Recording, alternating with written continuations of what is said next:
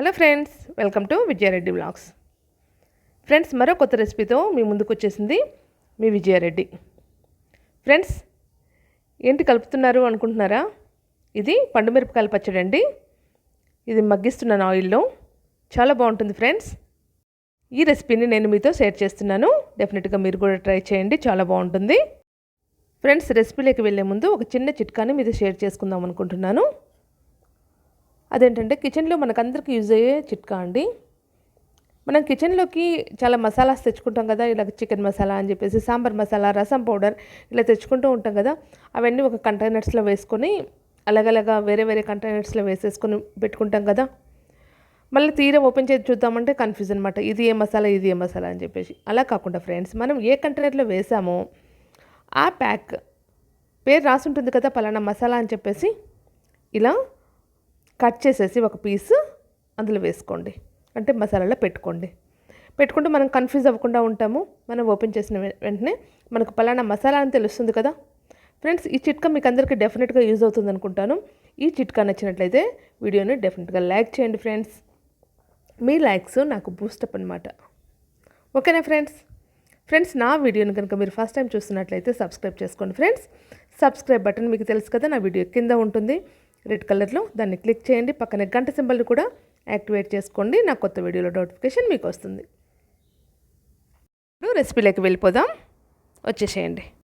నేను ఈ పచ్చడి కోసము పండుమిరపకాయలు, టమాటోలు, అలాగే వెల్లుల్లిపాయలు తీసుకున్నాను. ఈ పండుమిర్చి టమాటోనండి మంచిగా వాష్ చేసుకొని, అంటే కడిగేసి తడి లేకుండా ఒక పొడి క్లాత్ తీసుకొని మొత్తం తుడుచుకోవాలండి, వాటర్ ఉండకూడదు. అలా తుడిచి ఇలా పక్కన పెట్టేసుకున్నాను. అలాగే ఆయిల్, పోపు దినుసులు, పసుపు, సాల్ట్ కూడా కావాలండి, వాటిని కూడా తీసుకున్నాను. ఈ పండుమిర్చిని చిన్న చిన్న ముక్కలుగా కట్ చేసుకున్నాను, ఎందుకంటే మిక్సీ పట్టుకోవడానికి మనకు అనువుగా ఉంటుంది. మిక్సీ జార్లో ఇవన్నీ యాడ్ చేసుకుంటున్నాను. టమాటోస్ని కూడా చిన్న ముక్కలుగా కట్ చేసుకోవాలి, వీటిని మిక్సీ జార్లో వేసుకుంటున్నాను. ఇందులో కొంచెం సాల్ట్ కూడా యాడ్ చేసి మిక్సీ పట్టుకుందాము. ఇది చాలా పేస్ట్ లాగా కాకుండా కొంచెం బరకగా పడదామండి. చూడండి, మిక్సీలో గ్రైండ్ చేసుకున్నాను. ఈ విధంగా కొంచెం బరకగా గ్రైండ్ చేసుకున్నాను. దీనికి పోపు పెట్టేసుకుందాం. కడాయి స్టవ్ పైన పెట్టి ఆయిల్ వేసుకున్నానండి. అది వేడైన తర్వాత పోపు దినుసులు యాడ్ చేసుకున్నాను. ఈ పచ్చడిలో నేను కొంచెం మినపప్పు ఎక్కువ యాడ్ చేస్తానండి. ఇది పంట కింద తగులుతూ చాలా మంచి టేస్ట్ ఉంటుంది.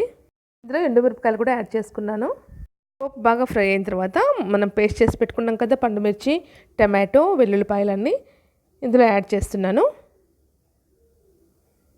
ఇది మొత్తం ఆయిల్లో మగ్గాలండి. మనకు మొత్తం వేసిన ఆయిల్ మొత్తం పైకి తేలేంత వరకు ఇది మగ్గించాలి. ఇందులో కొంచెం పసుపు కూడా యాడ్ చేశాను. మొత్తం బాగా మిక్స్ చేసుకుంటున్నాను. మనం ముందు కొంచెమే సాల్ట్ యాడ్ చేసాం కదా, ఇప్పుడు టేస్ట్కి సరిపడా సాల్ట్ యాడ్ చేసుకుంటున్నాను. చాలా బాగుంటుంది ఫ్రెండ్స్ ఈ పచ్చడి, మీరు ట్రై చేయండి. పెట్టి మగ్గించాలండి బాగా.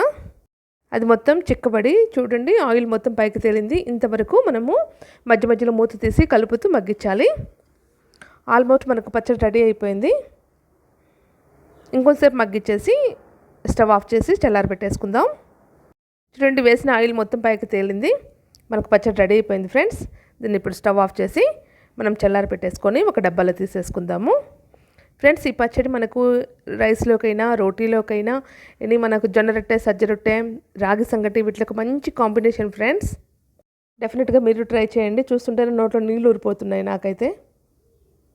ఈ రెసిపీ నచ్చినట్లయితే లైక్ చేయండి, షేర్ చేయండి, సబ్స్క్రైబ్ చేసుకోండి నా ఛానల్ని. ఇలాంటి మంచి మంచి రెసిపీస్ కోసం ఆల్వేస్ నా ఛానల్ని వాచ్ చేస్తూనే ఉండండి. మంచి రెసిపీతో మళ్ళీ మీ ముందుకు వస్తుంది మీ విజయారెడ్డి. అంతవరకు బై బాయ్ ఫ్రెండ్స్.